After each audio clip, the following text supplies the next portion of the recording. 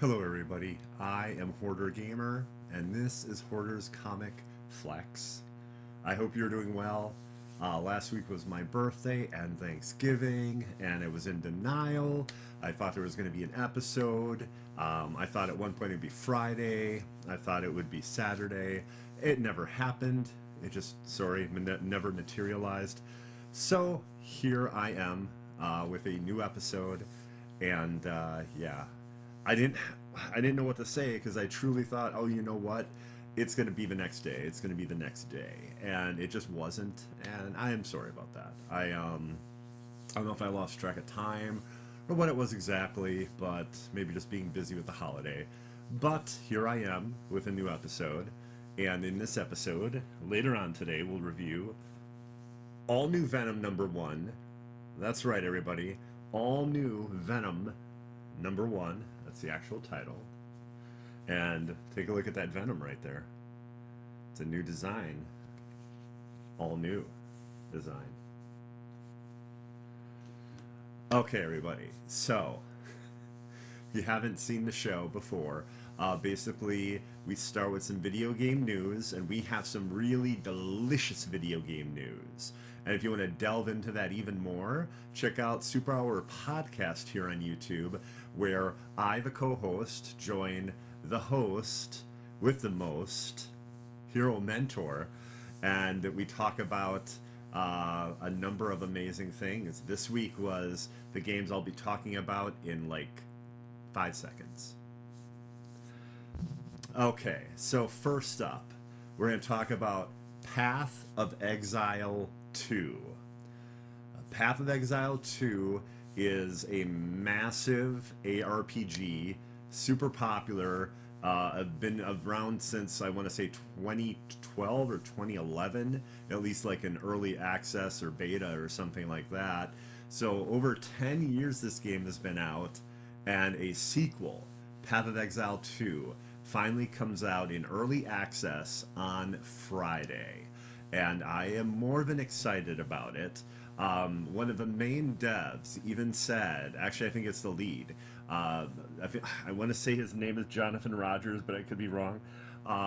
Anyway, he said himself it's difficult for him to go back to the original Path of Exile after the combat changes and all the other cool like quality of life features that Path of Exile 2 has. Plus it has gorgeous graphics and animation. And Shuhei Yoshida was actually checking it out at, I believe, Tokyo, what was that? Tokyo Game Show, I believe it's called.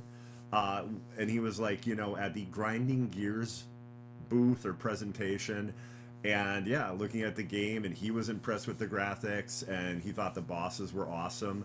The bosses are crazy. The bosses that they showed when they were playing together in couch co-op were like 5 minutes of insanity. Like there was one where I thought they were kind of like encased in a courtyard, but super small, like a big rectangle around them. And then all of a sudden I saw movement and realized it was a phalanx. It was soldiers with armor and shields. And at one point, they start using their spears and attacking inward. I was like, you've got to be kidding me. It was so awesome looking. I'm sure it could be very frustrating actually playing and experiencing that, but it looked very cool, I will say that. And like I said, graphically, it's just completely gorgeous. If you want to play it, it is an early access. It's a free-to-play game, but that'll be within 6 months to a year of starting early access. It's going to launch with the first 3 chapters of a planned 6 so far for the campaign, and for your first time through, that should still take you around 25 hours just for those 3 chapters. And then basically there's a massive, robust end game, and that's something that Path of Exile has always been known for, their seasons and their end game. And what they decided to do is basically switch gears, and instead of get all 6 chapters of the campaign out, they decided to get the first 3 chapters and a robust, powerful end game. So that was their decision. And I think it was a good one, because Even like Diablo 4, which is probably its biggest competitor, and I'll get this out of the way. I'm going on a tangent here. I definitely don't like when there's hate between the two parties. I think there's room for both games. I think they're both awesome in different ways. Path of Exile is more about like the dangers of the like experimentation, the fact that like the heroes, that are built up throughout history are truly monsters. That's really wild and cool. And then like Diablo is this bizarre take on, religious elements, but doesn't really, it's not the real actual characters like that are biblical or anything like that. And in there you're fighting demons and you're fighting like, the hordes of hell type of thing. So it's a different vibe, it's a different feel. And the new trailer for Path of Exile 2 actually has a very eldritch vibe to it. So, but yeah, I think I just don't like the animosity I've been hearing. Like, as soon as, you know, they had this really cool presentation. I want to say, I think it was 2 weeks ago or so, for Path of Exile, and all I heard was a lot of like complete shit talking on Diablo. Now I know that some people aren't thrilled with the new season, but the PTR has only been live, the public test server, I believe, since like yesterday. So they have time to make some changes. Also, I believe that there's going to be story elements that kind of take off from the Vessel of Hatred expansion, and they haven't even talked about those yet. So I don't even know if this is the entirety of the season. This is just, I think, mostly the mechanic of it. So we'll see. But yeah, I think it's good that both these games are out there. Competition is a healthy thing. It's a great thing. If you want to play it, though, it is in early access. You would have to get a supporter pack. Supporter packs start at the very reasonable $30, and for $30 you get access, a digital soundtrack, and it's pretty much no frills. Now, a step up from that is $60, and it's the Lord of Ogham pack. And the Lord of Ogham pack makes you look like the Count of Ogham, I believe his name is. And very cool armor, very cool sword. You see that insane sword and something that looks similar to his armor in the beautiful CG trailer that came out for Path of Exile recently. Again, a very eldritch vibe. It's very cool. It's very creepy. Yeah, it's very neat. Now, depending on how much you want to support Path of Exile, those packs can go from $30, again, for just the soundtrack and access pretty much, to $480. But that one's completely ridiculous. You get 2 different hideouts that are exclusive to supporter packs, including one where, I kid you not, you have someone in a rowboat that takes you to little islands in your own hideout. And then a whole mess of other really beautiful, gorgeous cosmetics. And the way it works is you could start with the $30 one and just be done. You could do the $60 one and be done. Okay, or you can build into them. Meaning, so like if you got like the Lord of Ogham pack, which happens to be $60 for everything it comes with, basically then you could be like, hey, I want this other pack, like I believe it's the Thaumaturgy of the Vol, I think, is the 3rd pack. You'd be like, I'll spend this extra money, and I'll get this pack and have everything I still already have. So over the course of early access, you could actually build into that final, more expensive pack if you love the game and you definitely want to support the devs in that fashion. So it's up to you. It's up to you. So otherwise, the game will be free to play in roughly 6 months to a year when early access is over. So just keep that in mind, if you're looking at it more casually. Because also, the original Path of Exile is a great ARPG. It is at times brutally difficult, especially if you're comparing it to something like Diablo 4.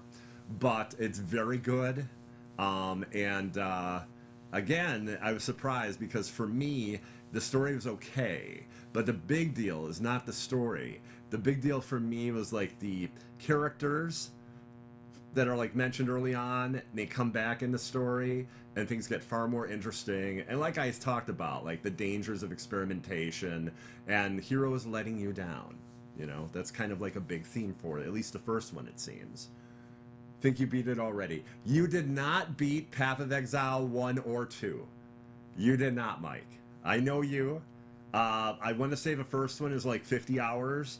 Second one will be 50 hours or so just for the campaign. I'm just talking about the campaign right now. And then the end game is something that you put hundreds of hours in with a map system and something called the Atlas. And yeah. So, Path of Exile 2, okay, you're probably wondering, who can I play as? You know, what are my options, my choices as to who I can be in this incredible ARPG fantasy? Again, kind of with an eldritch bend, it seems. So your choices are mercenary, and that's actually what I'm going to start with. Crossbow with different ammo types. So it plays more like you're using shotguns, sniper rifles, and grenade launchers as the mercenary. And you can become a witch hunter, which is really cool, as an ascendancy class. Each of these 6 classes can ascend to 2 other classes, 3 in the final game. So we only know about 2 for each of the 6 classes. So you got mercenary, you've got a warrior, which uses a mace and is all about incredible heavy hits and slams and things like that, like in your face and brutal. That's what that character's about. The Witch is an interesting title because the Witch is very much like they, explained it, more like using minions and almost like a necromancer in Diablo. So I thought that was really interesting. Now, her ascendancy class allows her to have a hellhound and turn into a damn demon.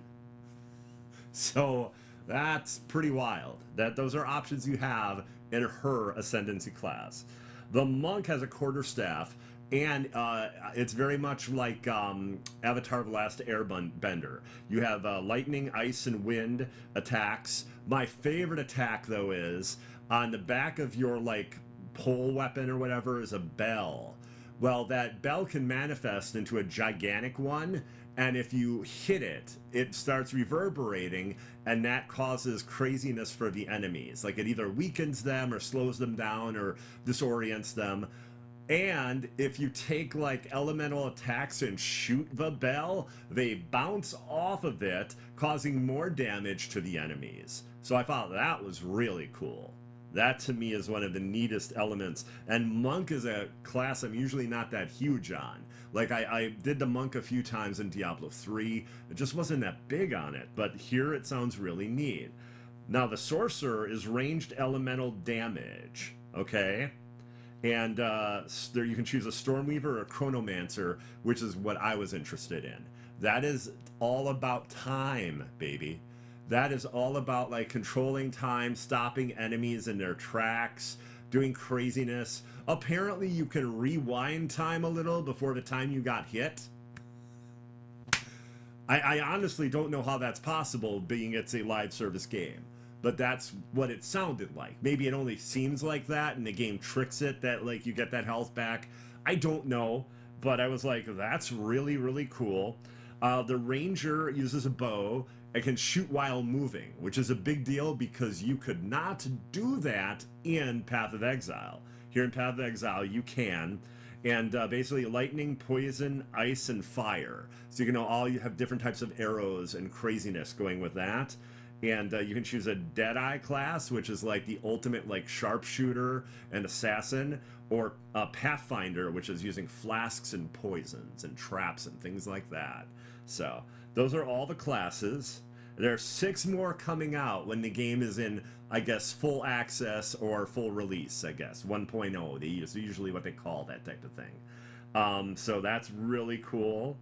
And there's a massive passive skill tree with 1,500 nodes on it. Now the 1,500 nodes are not all about your specific character class. That covers all of them.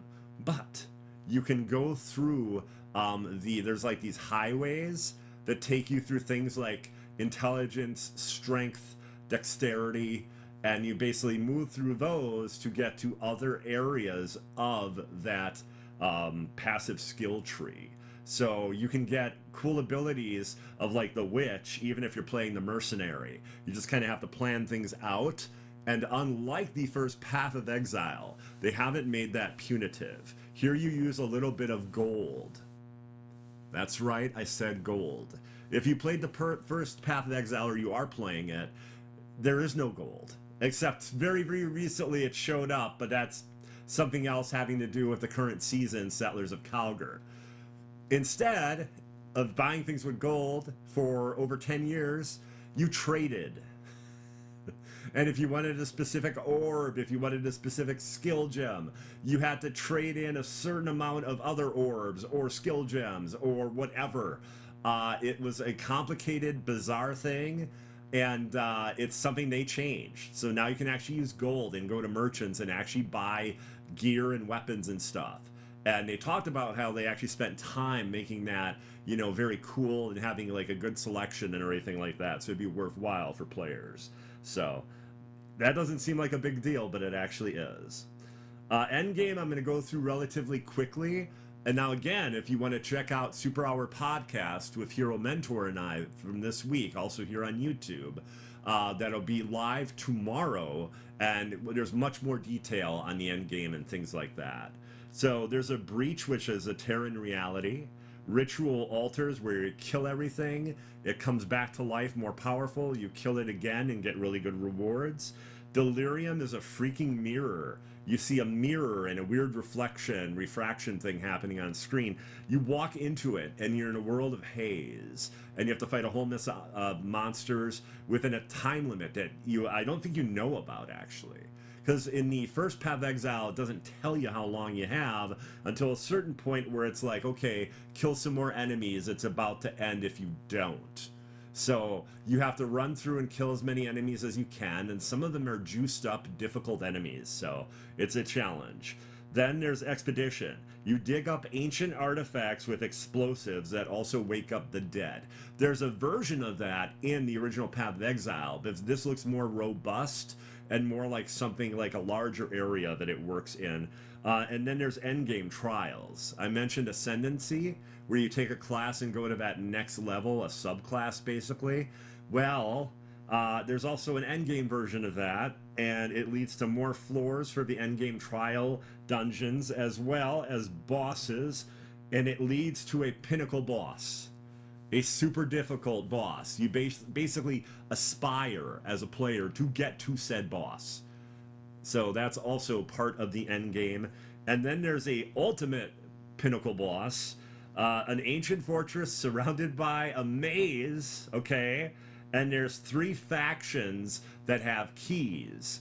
You have to go and visit each faction and, you know, kill the person with the key, who has the key, to get it. And then you have a chance to fight this pinnacle boss. So that is launch endgame for early access. They will be adding more. There will be seasons and season changes and gameplay coming, probably in around 3 months, I think, after this starts, depending on a number of criteria, probably 3 to 4 months, I would say. But, like, this is a lot to do in the span of, you know, early access. So far, I'm very happy with this, and most people that have seen this are very, very excited. So, okay, that's everything on Path of Exile 2. Next up, we go to Marvel Rivals. Tomorrow, 6 p.m. Central Time, it's live. It's live, and you can finally play Marvel Rivals. 33 playable Marvel characters, including 5 who were just announced, including Squirrel Girl, Cloak and Dagger, and Wolverine. And very exciting. Very exciting. It's going to be a lot of fun to play. They also talked about how their team-up abilities, that's similar to what they have in the comic books, how those are going to change based on the story that the season has. So that was interesting to hear, because that's one of the unique mechanics. That and actually being able to destroy stuff, like walls and things, to make shortcuts. There's certain things that separate it from Overwatch. I guess the largest thing is that you're actually in third person, so you get to see your character and their cool outfit and everything as you're playing. It's not in first person. So, yeah.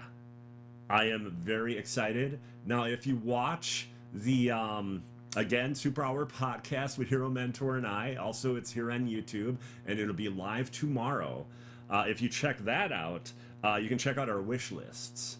We have wish lists of characters we would love to see beyond the 33 that we know about for sure.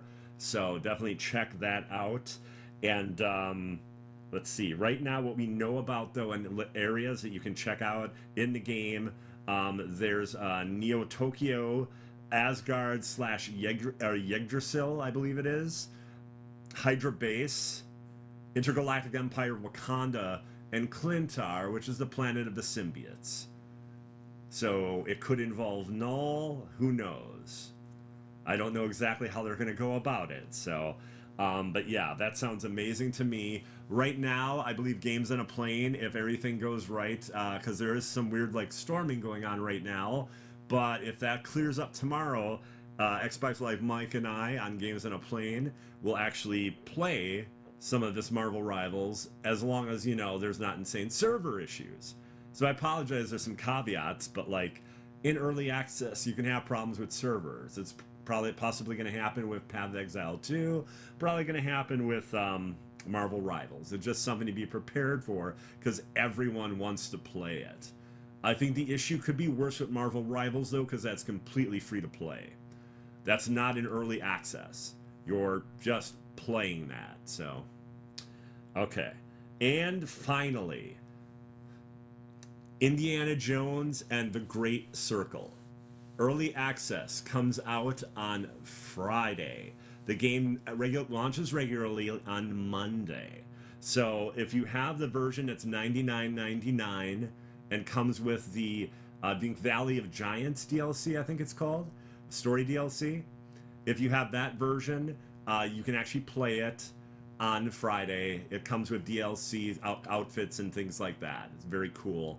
Now, if you want to play it early on Game Pass, first off, it's on Game Pass. So if you have Game Pass Ultimate, you have access to Indiana Jones and the Great Circle, but on Monday, not on Friday. If you want that early access, you do have an option. For a $35 fee, you can get a special, I don't know if they call it collectors or whatever they call it exactly. It's probably the early access pack or something. So for $35, you get that same cool DLC, the story DLC, Valley of Giants, as well as the outfits and everything like that, cosmetic DLC. So basically, if you feel you want to support and pay, even though you have Game Pass, and you want that early access, that's the way to go. Right now, indications are the Valley of Giants DLC is probably going to be like $30 itself. So it might be just like $5 you're doing for cosmetics, and if you wanted that story DLC, it's going to charge you or cost you like $30. So just something to think of if you want to go that route. That is a lot of game news. That is a lot of, and you know, very pleasing game news to, I think, a lot of people. So, yeah. After that, our game news is completed. There won't be any more. I don't think I could, you know, say more things. I don't know. Next up, we are going to toy around. And first up, we are going to look at... Well, first off, I have to ask you all a question. Who are you going to call the real Ghostbusters? So, these were announced, I think, a few months ago, or leaked or something. The real Ghostbuster Funko Pops. Pre-orders went live for them today. You've got Peter, Ray, Winston, and Egon. They are basically... based on the look of the toy that came out from Kenner, and also the cartoon series from the, I want to say late 80s. I think it was like late 80s, because I think it was around when Ghostbusters 2 came out, and that would have been like 1989, I think. Anyway, those awesome, like, plasma beams, those are, oh, I know it's a Neutrona wand, and I think it's a plasma beam, but I could be wrong about that. Anyway, those are removable. So you have the cool look of the character holding the Neutrona wand, okay, like it's not active, they're not actually busting ghosts, they're just getting ready to. And then you can actually take the little piece of like see-through cool plastic and push that in, and then you have it whether they have the beams. Peter comes with Slimer, so I kind of expect he's going to be incredibly popular. Yeah, I think they look great. I think they look great. Amazon in the US is charging $12.99 a piece. You might be able to get them as low as $10.99. But like, yeah, I think they look awesome. I think they did a great job. That had to be challenging to pull off Egon's hairdo, but I think they did it. Peter's hairdo, the kind of messy look and everything, that looks great, you know? So I think the details are really good. Plus, this is a damn sight less expensive if you wanted to get the real Ghostbusters and not the ghosts themselves like they have for the Mondo series. Because the Mondo has these highly detailed collector figures that are out, and roughly each one is $100. So it gets expensive. First set being Peter and Samhain. So, yeah. But these are our first toys, and I think they look really good. Next up we have... Let's see here. Let's go with Star Wars. Master Kelnaka. Master Kelnaka. I've heard he's a master of Kelnakan boots. Anyway, I think it's a really cool looking figure. I like Star Wars The Acolyte. I thought it was good. I was actually angry it isn't getting a second season. I feel that they had an incredible ending. They set up something that fans have wanted to know for years, and now we're not going to get it. So my only hope is that they will do like a Star Wars Acolyte comic book series. I do know that Kelnaka had a miniseries. He had a comic book miniseries. So it's very possible they will continue the Acolyte in comic book form. That can definitely happen.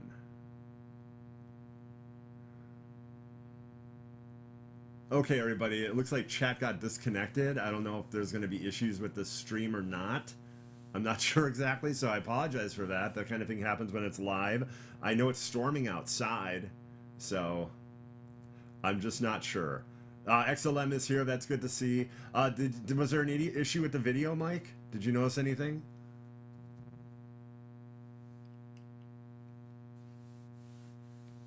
But yeah, I did like Star Wars The Acolyte. I thought it was really good. And I think the 6-inch version of Master Kelnaka for the Star Wars Black Series, the very detailed type of figures they do in the 6-inch style size, I think looks really good. Next up, we have some Batman lovin'. And we go all the way back to, I want to say 1938.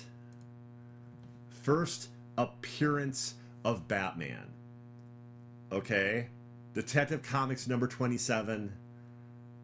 I think it looks badass. Sometimes when they depict the early Batman, it looks a little on the goofy side. This looks demon-like. This is pretty awesome. I'm very impressed with this. What's neat about this series is these are, I believe they're $14.99. They're roughly about 4 inches. They're larger than you think they are because they're 4 inches tall, but like they're kind of like big, like you know, like circumference-wise. They're not as small as you're thinking they are. So, but they did a number in this series, and now we have first appearance of Batman, and I think it looks really good. We also have Hush. Batman Hush right here. And I like that as well. That's not my favorite, though. I'd say of these three I'm going to be showing you, it would be either the first one, that first appearance Batman, or it would be this one, Batman Begins. Batman Begins. So I believe they've done Batman 89. We've had Batman 89, and they've done, I want to say... I'm trying to think what other Batman they've done. But I know they've done 89, and that's a really good looking one too. There's a total now, I think, of 5 or 6 of them. So, and most of them are in the $14.99 range because they're in that 4-inch size. They're in nice boxes and everything. They look really cool, window box design. Now they're actually doing larger ones. I don't know if they're 1-to-1 scale or if it's more like you know, a little bit smaller than that, but those are a bit more expensive, as you might guess. So, but yeah, I really like these. I think these are really cool. And with that, we are done toying around. Next up, we are going to look at the very near future of comic books, all the way to 1 week from today.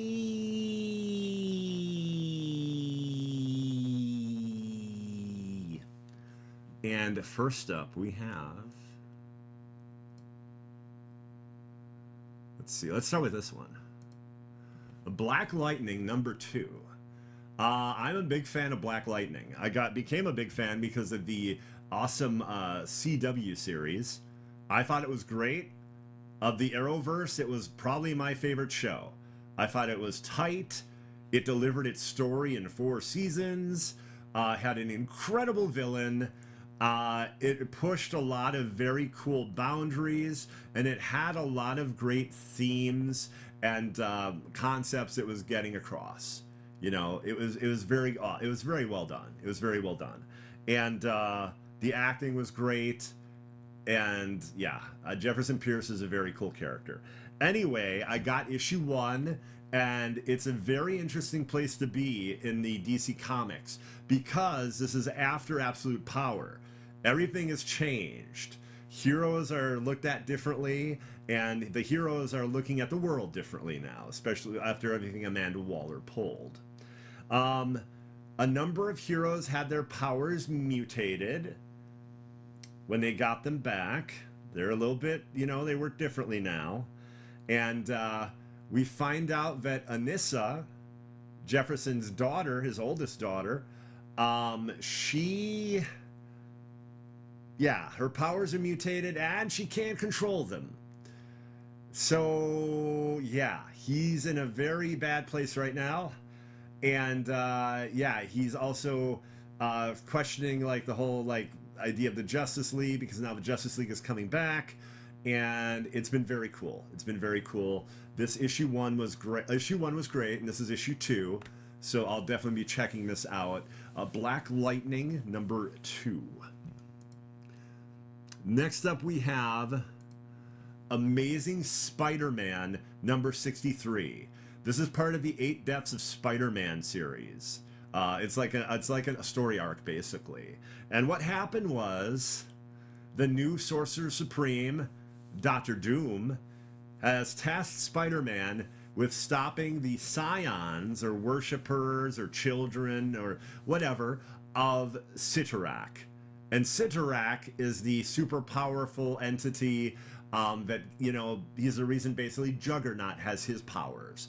So he's quite a bit more powerful than even Juggernaut. Well, using these special reads, Spider-Man can cheat death 8 times in order to take out these scions. So this has been a wild, body horror laced, creepy, fun ride. This has been really cool. It's only been 2 issues so far in the story arc, but it's been very awesome, and it feels unique, and I'm enjoying it a lot. I don't know quite how long this story arc is, but Joe Kelly, I think, is doing a really good job.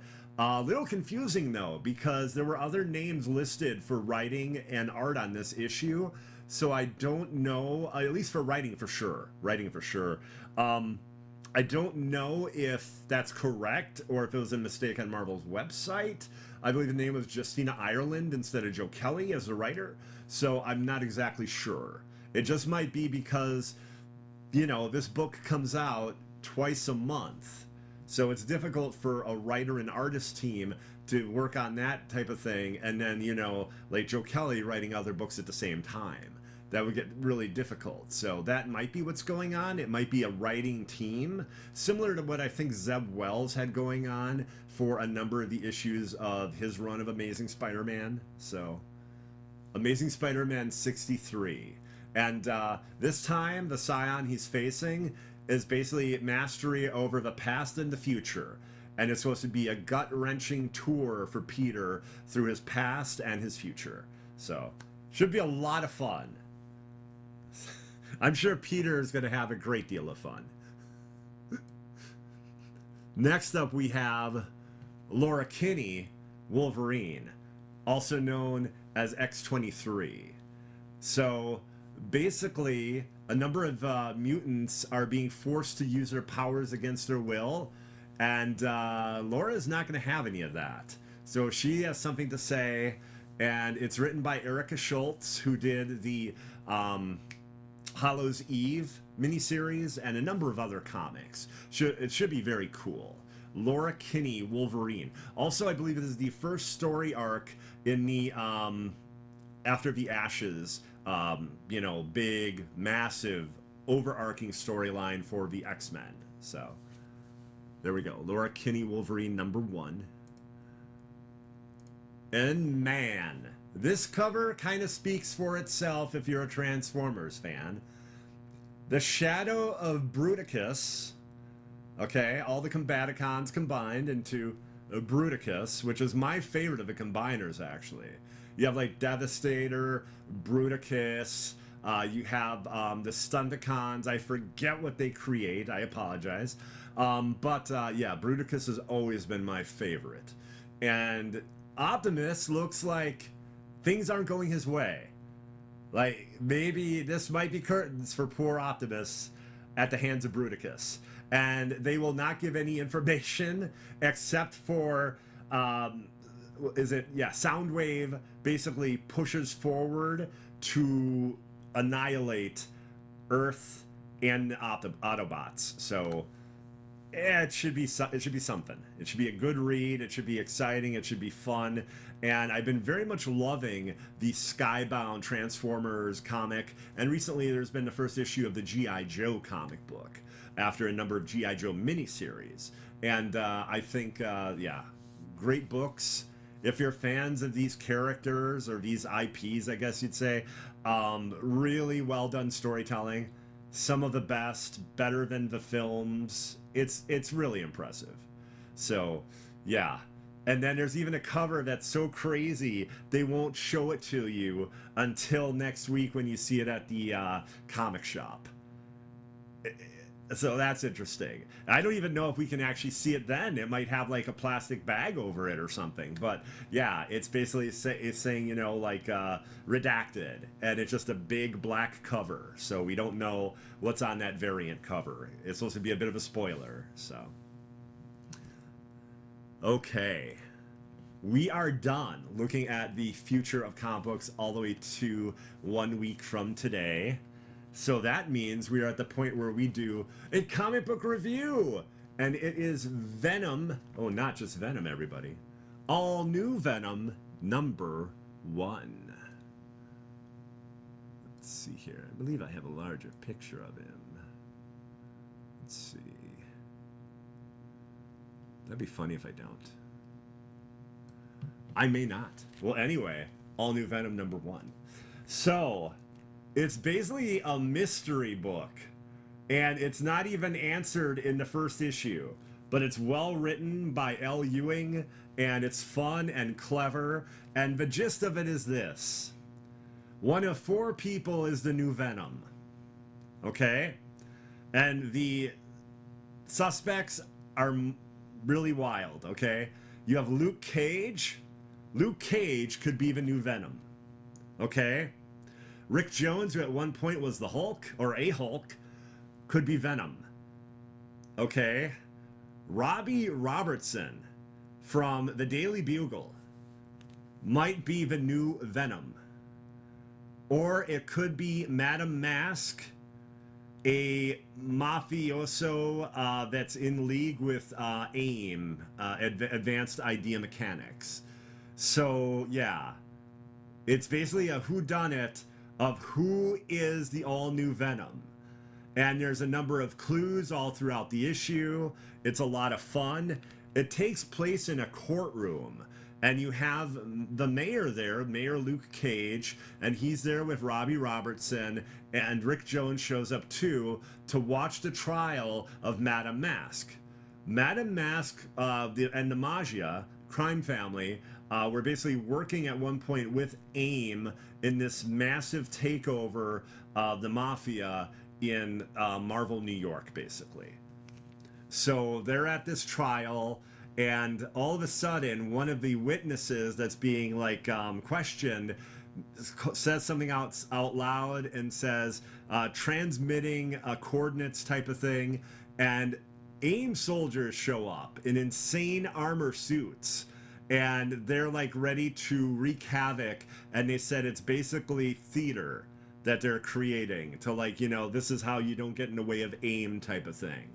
Well, all four of the characters I mentioned, well, except Madame Mask, she's actually like in a containment cell in the courtroom. Everyone else has an excuse. They end up walking away, leaving, and then All New Venom shows up, kicks ass, does some judo, does this really cool thing where he like gets some of the symbiote together into what he calls like a symbiote airbag in order to accept kinetic attacks from the AIM soldiers. That part's really neat.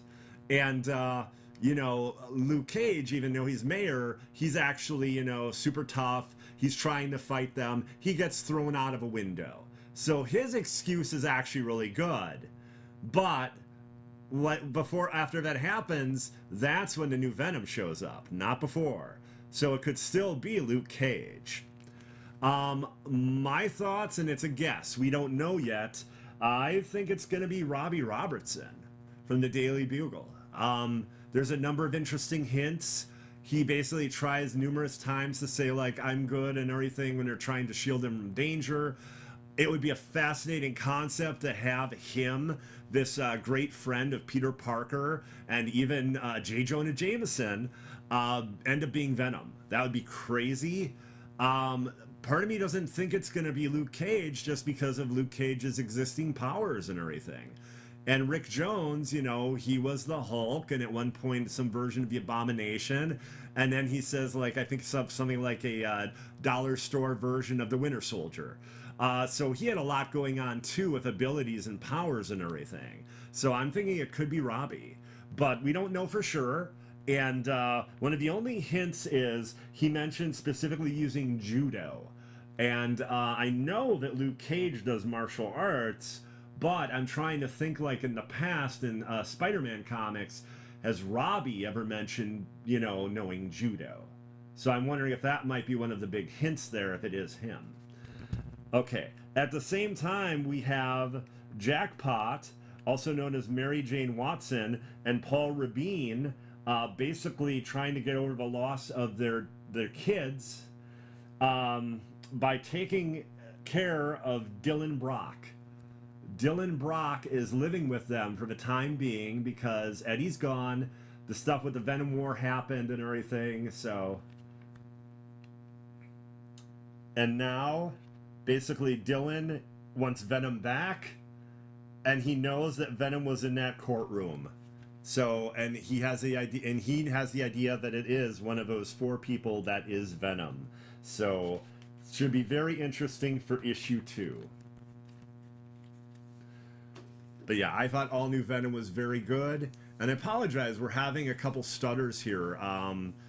Yeah, I mean, yeah, that's the type of thing happens, I guess, when you're live. Anyway, I hope everyone has a good week. Thank you very much for watching. I appreciate you checking out the show again. And yeah, you know, if you like it, feel free to follow. If there's someone else you think think it's cool, you know, let them know about it. Thank you.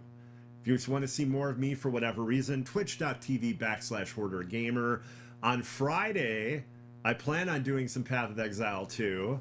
If that doesn't work because of servers being on fire, I'll do some Marvel Rivals. And hopefully one of those will not have servers that are completely on fire. I guess we'll see. That's Friday. Tomorrow, however, Xbox Live Mike and I, Games on a Plane, our plan is Marvel Rivals. Again, servers permitting. But yeah, everybody, thank you very much and have a great week. Thank you. Bye-bye.